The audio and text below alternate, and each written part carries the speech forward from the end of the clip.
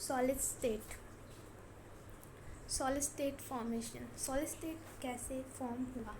Matter, कोई भी चीज़ जो स्पेस ऑक्यूपाई करती हो, जिसमें मास हो, जिसका कोई वेट हो, वो मैटर होता है, उसे मैटर बोलते हैं। मैटर के 3 स्टेट होते हैं, सॉलिड, लिक्विड और गैस।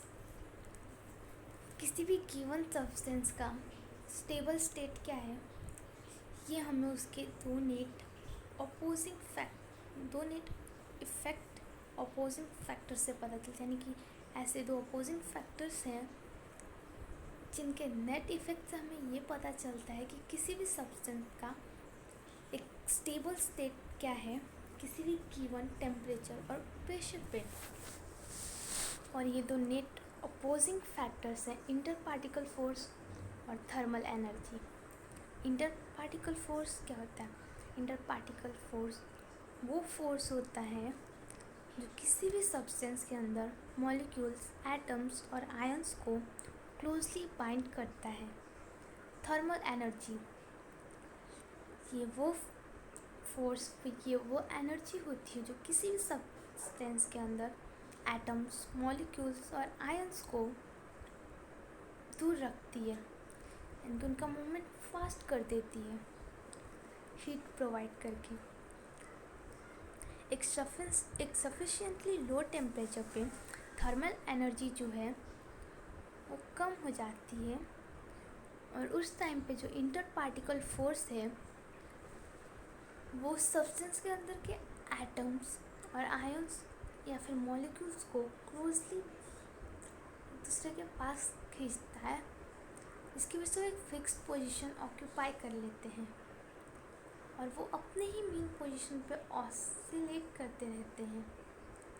और इस केस में जो सब्सटेंस जो है वो एग्जिस्ट करता है सॉलिड स्टेट में। एग्जाम्पल, स्प्रिंग बॉल अरेंजमेंट इन 3D स्ट्रक्चर। यानी कि स्प्रिंग बॉल का जो अरेंजमेंट होता है, 3D अरेंजमेंट जो होता है स्प्रिंग बॉल का, उसमें अगर हम किसी स्प्रिंग को, किसी वन कॉर्नर के स्प्रिंग को खींचें तो बाकी के जो स्प्रिंग्स है वो भी खींचा जाएंगे, और फिर जैसे ही हम उस बॉल को छोड़ दें तो बाकी के सब अपनी पोजीशन पे आ जाएंगे। और इस अरेंजमेंट में जो बॉल होता है वो एटम्स या फिर आयंस या फिर मॉलिक्यूल को रिप्रेजेंट करता है, और जो स्प्रिंग होता है वो उनके बीच का जो नेट अपोजिंग फोर्सेस है उनको रिप्रेजेंट करता है। Characteristics of solids. Solids have definite shape and volume. Their interparticle distances are short. जब वो एक दूसरे की क्लोजली इंटरपार्टिकल फोर्स की वजह से वो एक दूसरे के एकदम क्लोजली बाइंड हो जाते हैं, एक दूसरे के एकदम क्लोज आ जाते हैं, तो जिसकी वजह से एटम्स और आयंस के बीच का जो डिस्टेंस वो बहुत ही छोटा हो जाता है, शॉर्ट हो जाता है किसी भी सब्सटेंस के अंदर। इंटर पार्टिकल फोर्सेस स्ट्रॉन्ग हो जाते हैं, थर्मल एनर्जी लो हो जाती है। Slightly change in solids with change in temperature and pressure. अगर हम प्रेशर और टेम्परेचर को चेंज करें किसी भी सब्सटेंस का तो हमें सॉलिड्स में भी चेंज दिखाई देगा। ये इनकम्प्रेसिबल होते हैं, इन्हें हम कॉम्प्रेस नहीं कर सकते, और ये रिजिड होते हैं। किसी भी मैटर के स्मॉलेस्ट कॉन्स्टिट्यूएंट पार्टिकल्स हैं एटम्स, आयंस या फिर मॉलिक्यूल्स हो सकते हैं। सॉलिड्स को क्लासिफाई किया गया है उनके नेचर, उनके ऑर्डर की अरेंजमेंट, उनके कॉन्स्टिट्यूएंट पार्टिकल के ऑर्डर की अरेंजमेंट और उसके नेचर के हिसाब से वो क्रिस्टलाइन और एमॉर्फस सॉलिड्स में क्लासिफाई हुए हैं। क्रिस्टलाइन सॉलिड्स ये कंसिस्ट करते हैं बहुत सारे स्मॉल क्रिस्टल्स जिनका एक डेफिनाइट कैरेक्टरिस्टिक ज्योमेट्रिकल शेप होता है, यानी कि उनका ज्योमेट्रिकल शेप डेफिनाइट होता है। इनमें रेगुलर एंड पीरियोडिसिटी प्रेजेंट होती है कॉन्स्टिट्यूएंट पार्टिकल के अरेंजमेंट पे। इनका जो ऑर्डर अरेंजमेंट होता है वो लॉन्ग रेंज होता है, जिसमें जो पार्टिकल्स, जो एटम्स के पार्टिकल्स के जो स्ट्रक्चर होते हैं वो रेगुलर होते हैं, और टाइम टू टाइम वो सेम अरेंज रहते हैं ना, सेम वे में वो अरेंज रहते हैं। इनका जो मेल्टिंग पॉइंट होता है वो बहुत ही शार्प होता है। ये किसी भी कैरेक्टरिस्टिक टेम्परेचर पे ये मेल्ट होते हैं और लिक्विड बन जाते हैं तुरंत। Sharp melting point means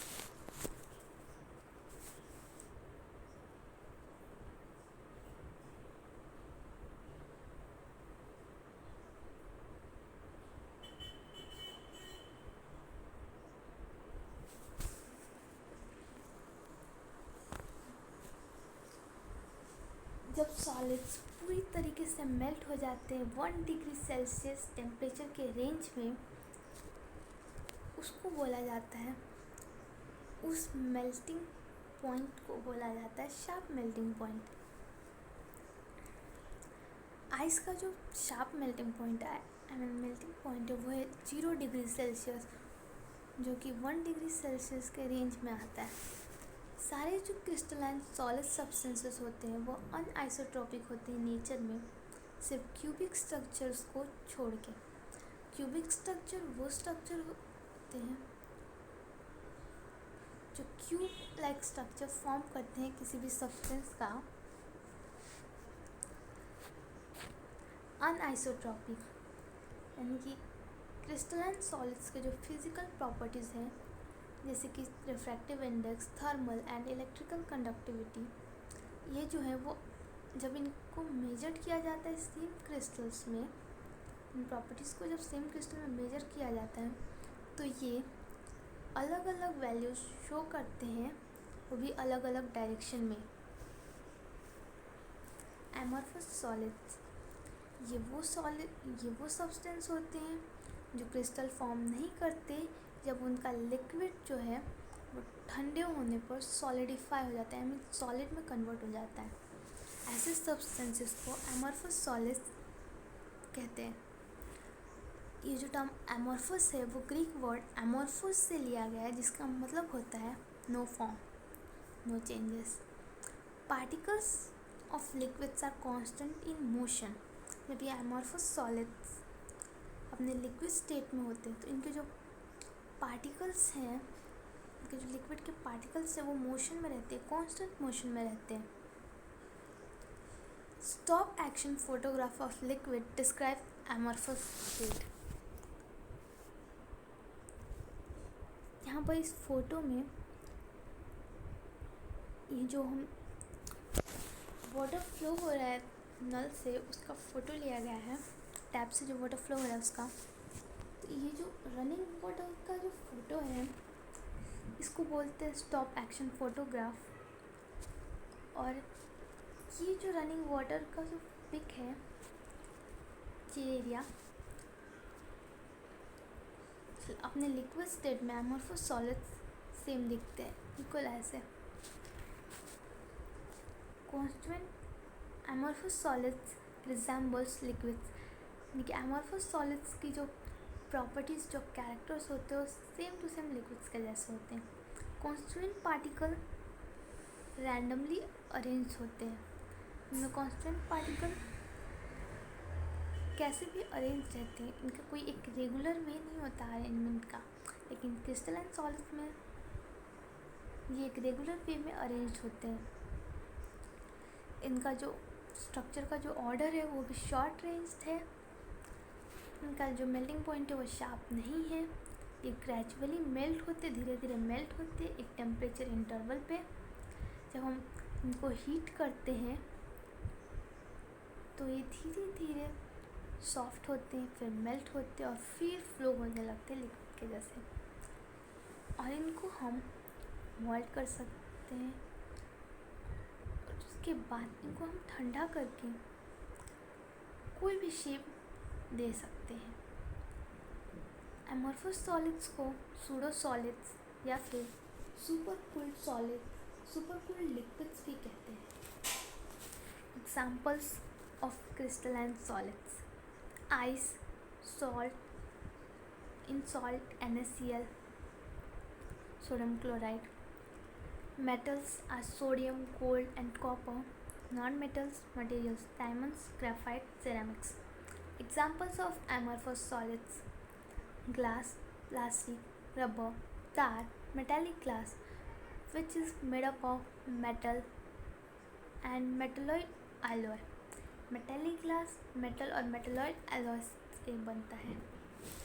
Just like gold is made up of mixture of gold and some other metal.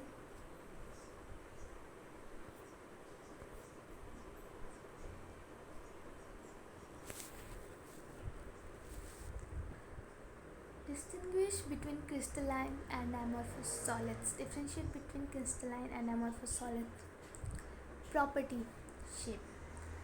Crystalline solids. In crystalline solids, definite characteristic geometrical shape. Crystalline solids के पास एक definite characteristic geometrical shape होता है. Amorphous solids irregular shape में होते हैं, उनका कोई regular shape नहीं होता. क्रिस्टलाइन सॉलिड्स का रेगुलर शेप होता है. मेल्टिंग पॉइंट: क्रिस्टलाइन सॉलिड्स का मेल्टिंग पॉइंट शार्प होता है एक पर्टिकुलर टेम्परेचर पे. एमोर्फस सॉलिड्स का मेल्टिंग पॉइंट वो धीरे धीरे सॉफ्ट हो जाते हैं एक टेम्परेचर के रेंज पे और फिर मेल्ट होते हैं. क्लीवेज प्रॉपर्टी, यानी कि जब हमने कट करते हैं तो उनकी प्रॉपर्टी, उनके सरफेस की प्रॉपर्टी कैसी होती है. वैन क्रिस्टलाइन सॉलिड्स को जब हम किसी भी शार्प एज टूल से कट करते हैं तो वो दो पीसेस में स्प्लिट होते हैं और जो न्यूली जनरेटेड सरफेस होता है उन दोनों पीसेस का वो प्लेन होता है और स्मूथ होता है.